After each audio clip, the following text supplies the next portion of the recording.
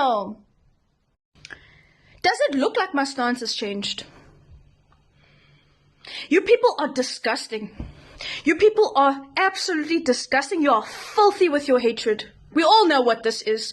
It was point blank Afrophobia. And you know what is the most disgusting about it all? Go and look at the video where this comment is coming from. Go and educate yourselves and find out what Nigeria has done for our country. Go and read up on the history. Nigeria spent $61 billion, billion with a B, to help liberate our people from 1960 to 1995. In those 35 years, Nigeria spent $61 billion, people. Dollars. We're not talking rands here. We're talking dollars. They also issued us passports when we needed it. You know what? I will just show you. You can go to the archives yourselves. You can do the history yourselves. From 1960 to 1995, Nigeria spent over $61 billion to support the end of apartheid. And this is according to the South African Institute of International Affairs.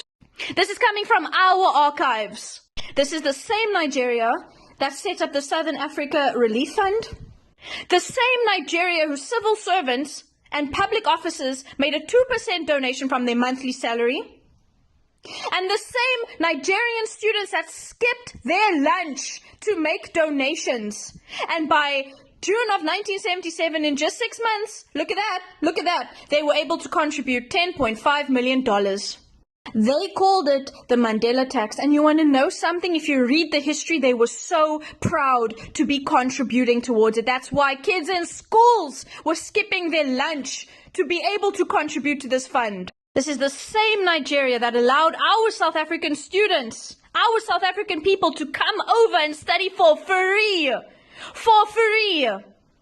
They welcomed our exiles as well. Thabo Mbeki was able to benefit from Nigeria. This is the same Nigeria that their government issued more than 300 passports for our South African citizens. The same Nigeria that lobbied for the creation of the United Nations Special Committee Against Apartheid. If you don't believe me, go through the archives. Go and do your fact check. Because the history is there, the research is there, it's even coming from our own people. It's all there.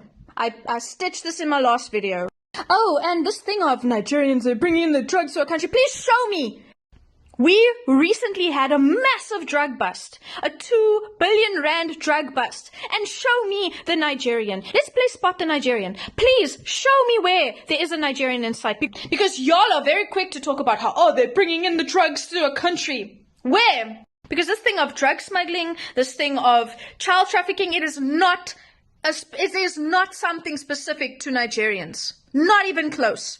Because in this picture, it's 2 South Africans, one of which is a descendant of, we won't go there, and 2 Mexicans, and there was a 5th suspect that recently came out. There is not a Nigerian in sight. We have just played Spot the Nigerian. Do you see a Nigerian in this? No. Unspeakable. The hate for the descendants of our liberators. But y'all are comfortable with the descendants of colonizers, which we should be, right? We've gotten to a place where it's like, okay, this is the reality. We're going to make it work now. Because we as people of color are the bigger person and we will choose peace. Or at least I was under that impression in the beginning. But then I've also come to realize that no, it actually had nothing to do with that. It had to do with force. This is what the government chose for us, and therefore we will follow through. And maybe that's what is necessary. Because some of y'all can't think for yourselves. You just need to be led by a shepherd, or led because you are sheep in your hatred. You have gone and destroyed this woman's life and her family. And you are so happy about it. You are so proud of yourselves for it, and it shows. Y'all are disgusting. You know what? You are so welcome to cancel me over this. I don't want to be followed by sheep. By cancel culturalists, whatever the fuck you want to call yourselves. Please cancel me. Go for it. I don't give a fuck. And I've just highlighted how a Nigerian government issued passports to our people.